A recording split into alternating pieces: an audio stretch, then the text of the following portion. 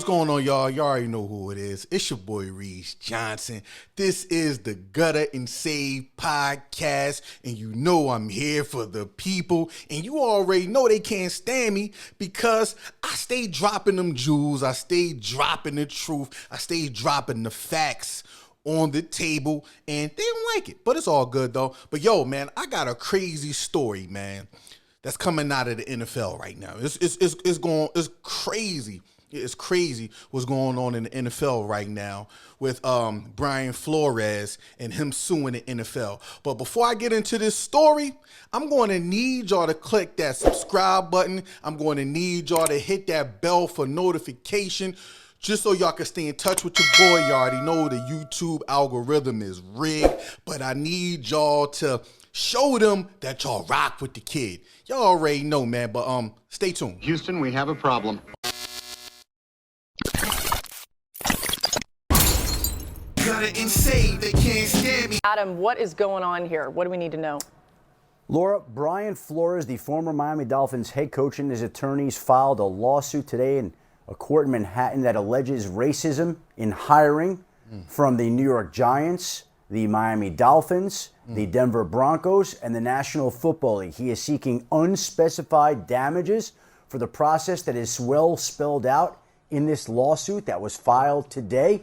There are texts from New England Patriots head coach Bill Belichick that are being used as evidence in which Bill Belichick congratulates, essentially, Brian Flores, thinking that it was Brian Daboll, and Bill Belichick then saying, I'm sorry to have gotten this wrong, but yes, I believe they're naming Brian Daboll as the next head coach when Brian Flores hadn't even interviewed for the job yet. And so here's what's crazy about that, right?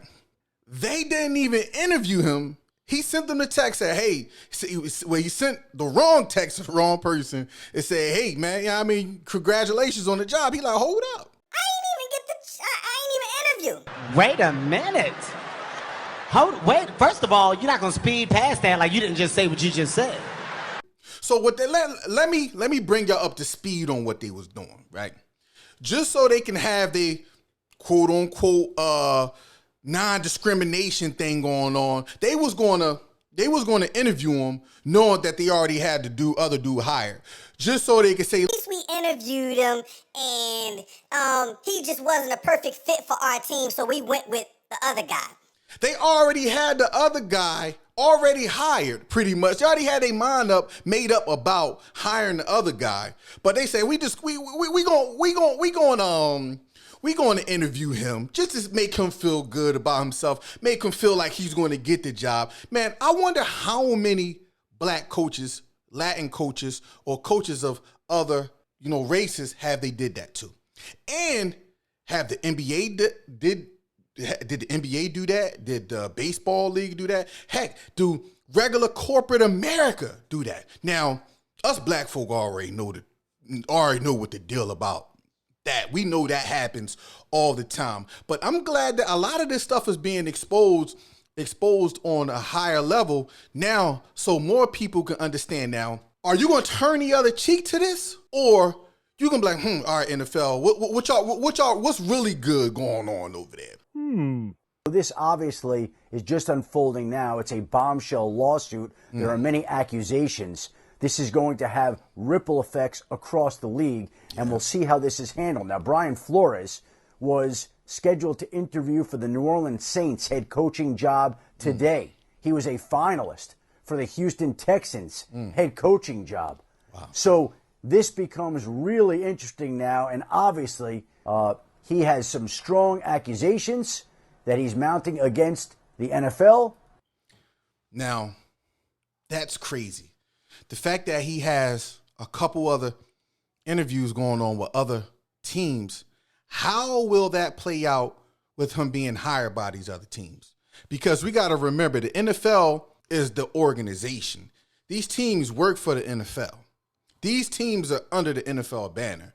So if the NFL say like, yo, there's an active lawsuit going on, we can't hire him. Or they might just say, yo, listen, somebody get this dude a job. Let him coach there for a year or two, and we're going to get him out of here. and be done with him. Waiting to say this all year, and I'm gonna say it. And this is a good time. Get the stepping. There's a lot of scenarios that can go on with this. I am anxious to find out what's going to happen and what's going to take place. Is this going to be a bigger issue than what a lot of people expect? We don't know. I'm not going to draw to any conclusions, but if you want my opinion, I think they probably going to give him a job somewhere just so the lawsuit can go away, and probably give him a year or so and just say, yo, listen, whatever team they put him on probably be a losing team, and they're like, yo, listen, you're not a great fit here. You got to skedaddle. Take this little bit of money. You got to skedaddle. And he probably won't even get another job in NFL again, because now they deem him as an irate Negro. He's one of them. If he don't get his way, he's going to pull the racist card. He's going to pull the discrimination card. And that's just something we don't want to deal with, guys. So let's give him his shot. He's not going to do good on the team. We're going to give him a corny team and get him out of here. That's just my opinion on how things going to go. I can be wrong. What y'all think? But let's get back into this. Other teams in the league, but he is alleging racism in hiring. Where do you think Flores falls in all of this now that obviously the bigger picture here is a lawsuit? Well, Laura, this is going to be interesting to see the effects that this lawsuit has on the hiring process. And clearly, Brian Flores had to think of all the fallout that would come with filing a bombshell lawsuit like this against the National Football League. Now, the National Football League has wanted Brian Flores to be hired as a head coach. At least we thought so prior to this lawsuit. But after something like this, when he's suing the league and all the teams in the lawsuit, clearly you would think, I'm not a legal expert, that would jeopardize his chances at getting one of these jobs. But he had to know just what he was doing before he filed that lawsuit seeking unspecified damages from the National Football League and some of the teams in the NFL. Did Brian Flores jump the gun a little bit? Did he shoot himself in the foot by jumping the gun to take these other teams to court and ruin his chances in getting hired by the other teams? Did he do that? Now, here's the crazy thing. It's a dag if you do, dag if he don't situation, because he didn't know the outcome. He didn't know the outcome. I just played a few scenarios on my opinion on why they probably would have gave him a job and got him out of here. They probably would have gave him a job somewhere, low salary, entry-level salary of a head coach, and got him up out of here. Could he be on to something else deep? Do he know a little bit more than we know? We just commentating on it. We just watching it from afar. I'm anxious to know what's going to go down, man. If he's suing at this capacity, maybe he have a little bit more evidence than we know that we don't know in his hiring process. Maybe he found out that none of them teams was considering him, and they were just gonna interview him just to get him out the way and push him off to the D League somewhere, push him off somewhere else, and not give him a chance. Yo, this is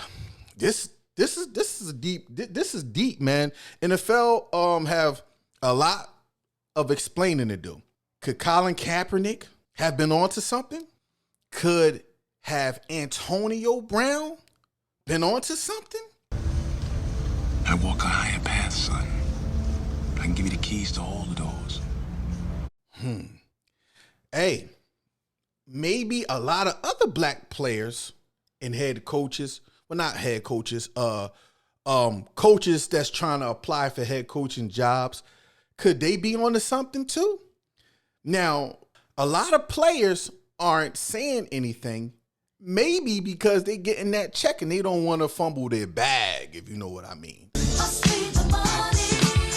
They don't want to fumble the bag. And I understand that.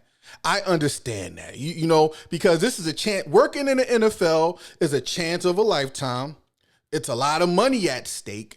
And people don't want to play with that because, look, they worked so hard to get to this level. Now that they at this level, they don't want to fumble the bag. But they see a lot of what's going on behind the scenes, and the NFL was good at, like any corporation is good at hiding it from the public by dangling that money in front of these dudes' face. So they're like, man, look, throw that dude that check, throw that dude that bonus. You know what I mean? Throw him a bone. We a multi-billion-dollar, company, organization. Throw this dude his little couple $1 million, keep his mouth shut, and keep it moving. Man, what y'all think about this, man? This is crazy. I seen a hashtag going on, ban the NFL. Are y'all boycotting the Super Bowl now? What's going on? Last week was the week before last. So last week, I was seeing all these conservative Republicans talking about boycott the NFL, mainly because they had Dr. Dre and Snoop on there performing. That's another topic for another day. You got to watch this dude's interview, man. That this dude talking about his reasons for boycotting the NFL because of Dr. Dre. As a matter of fact, man, I'm going to play that clip for y'all, man. F the NFL. Yeah, totally. F the NFL. They're exploitive. They're anti-American. They're 1,000% woke. They barely even show the national anthem anymore. It's too touchy.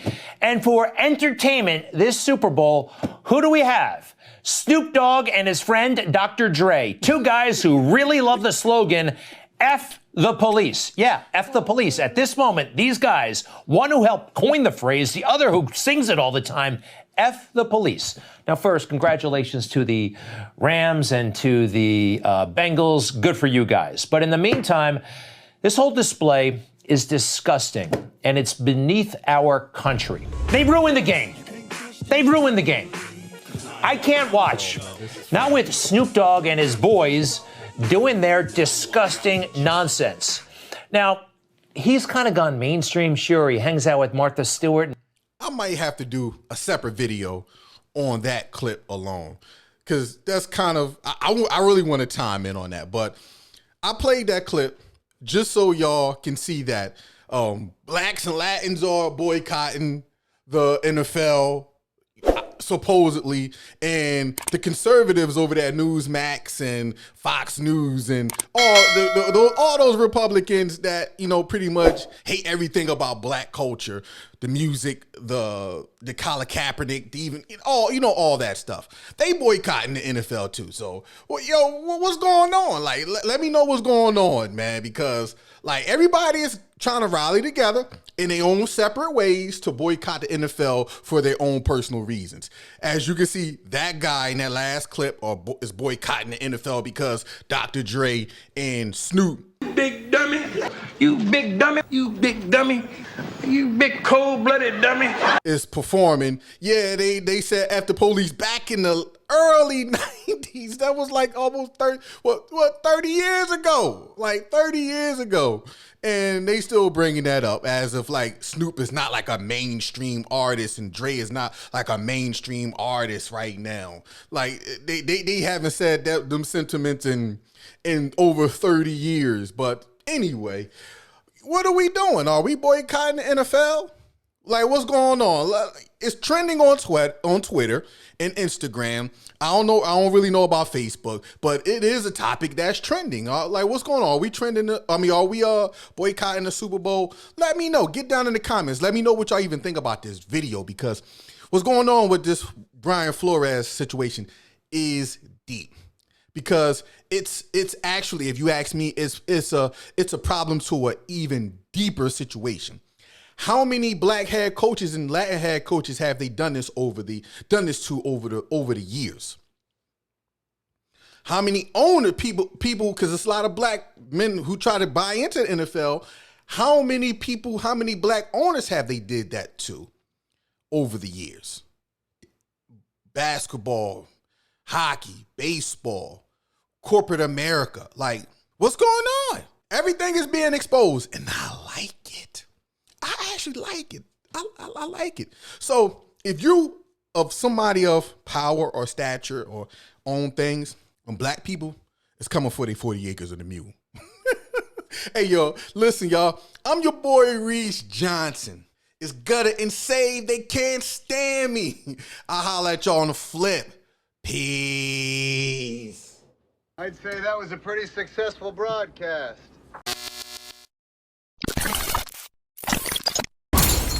Gutta and Saved, they can't stand me.